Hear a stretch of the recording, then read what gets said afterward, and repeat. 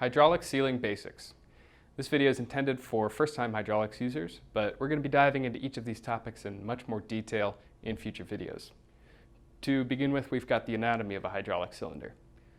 Starting with this chamber, hydraulic fluid that is pressurized is provided through an inlet-outlet port. That pressurized fluid exerts its work on the piston and the rod to which it's bolted, which allows it to actuate linearly. In order to take full advantage of that pressurized fluid, we're going to need to stop leaking across the cylinder piston. We've got a leak path here between the piston and the bore and between the piston and the rod, but these are two different problems. Between the piston and the rod, there's no relative motion, so we can just use an O-ring.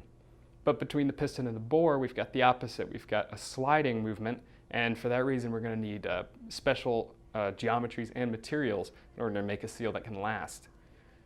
This component here is the wear ring. The wear ring simply is a strip, usually thin, of plastic, often nylon, and that reduces the chance for metal-on-metal contact and damage. You could also see wear rings appear on the rod, head gland side. Head gland on this cylinder has been threaded in, giving us similar problems to what we saw on the piston and the rod. We've got a zero dynamic motion application up here. We can just use an O-ring again between the bore and the head. And then similar to the piston seal, we're going to need a rod seal between any sliding rod and static piston. This is especially important in a bidirectional cylinder where both chambers are occasionally pressurized. Another component you're going to see is the wiper. The wiper is particularly important in applications where the environment has debris that could enter your cylinder and damage your components. In order to keep these components in their right place, we machine glands into our metal parts. 3 typical glands: open, split, and closed. The most basic of which is the open gland. Open gland often used for wipers, far at the front of the head. It's just a counter bore into the head, and then you press in a metal OD wiper. The press fit provides for that retention and stability.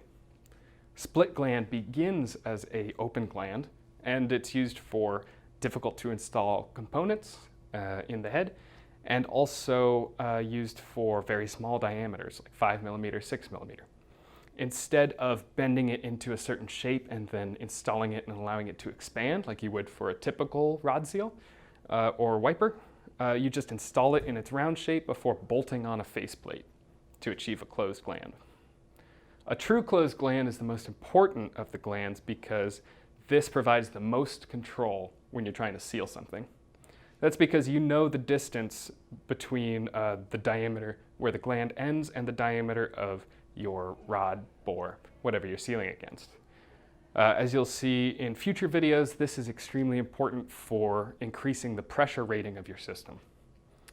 Speaking of other design considerations you want to look at, temperature. If you are in Arctic conditions or are using farm implements out in Iowa, you're going to need to be aware of the temperature rating of your elastomer materials. A lot of these rubbers are going to lose their elasticity at low temperatures, and you need to be aware of that. Speed of the rod, as well as the surface finish your seals are sliding against. If it's too rough, it's too fast, you're going to be wearing out in no time. Assembly and side load considerations. Have you understood the tools used to install these components?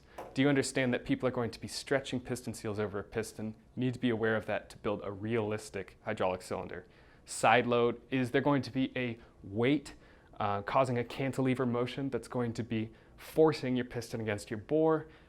You need to be designing your wear rings to handle that. Media and contamination. A lot of these elastomer materials do have chemical compatibility issues. You need to be aware of what fluids you're using, what fluids you're going to be seeing out here, and what your customer is going to be cleaning the cylinder with. Perhaps it could have an impact on the lifetime of your seals. Contamination, same thing. If there's solid ice on your rod when you start up the cylinder, you're going to need a specially designed wiper for that application. And then pressure and gap. Pressure is one that people think of first thing. A lot of these seals come with catalog entries that have a pressure rating for the seal. However, like we're going to see in future videos, the pressure rating is only as good as the gap. That's the extrusion gap, the difference between the diameter of the component with the gland and the diameter of whatever you're sealing against. If that gap is too large, it doesn't matter what pressure almost is going to be coming at it, it could easily extrude the component, even though its pressure rating said it was high, to something much higher. Like I said, we're going to be going over these in more detail in future videos, but that is hydraulic sealing basics.